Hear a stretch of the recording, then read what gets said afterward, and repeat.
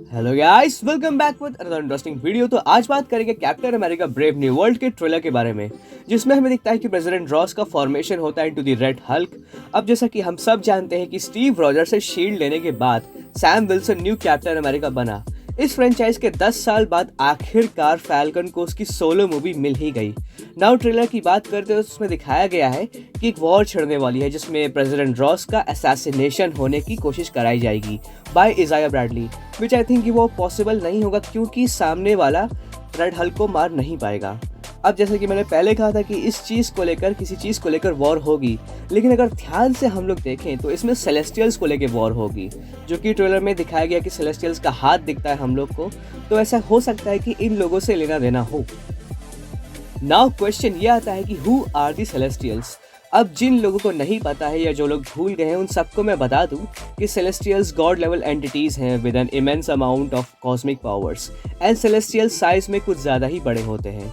ये लोग अपनी पावर से लाइफ क्रिएट करके प्लैनेट्स बनाए, स्टार्स बनाए।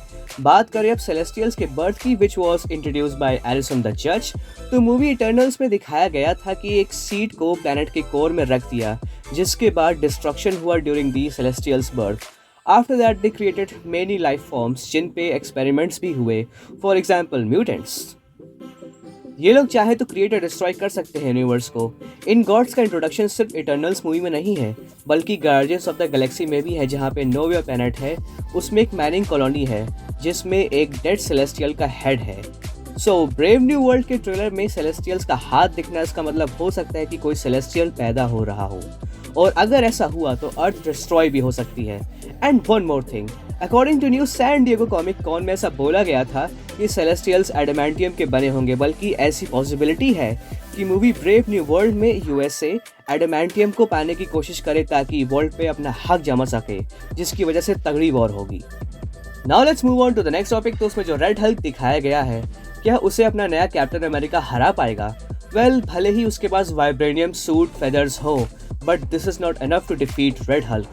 अब जैसा कि एज ऑफ अल्ट्रॉन में आयरन मैन ने हल्क बस्टर सूट की वजह से हल्क को हराया था, तो वैसे ही शायद नया कैप्टन अमेरिका भी हरा पाए अपना खुद का हल्क बस्टर सूट लेके। पर ये तो हो गया पहला तरीका जिसमें कैप्टन अमेरिका रेड हल्क को हरा सकता है। दूसरे तरीके की बात करें तो वो है हल्क की वीकनेस बताने से पहले हम लोग रेड हल्क की पावर्स के बारे में बात करेंगे। According to comics, Red Hulk के पास हीटिंग एबिलिटीज है, और इस एबिलिटी से वो चाहे तो अपने आसपास की चीज़ें पिघला सकता है एंगल लेवल के हिसाब से।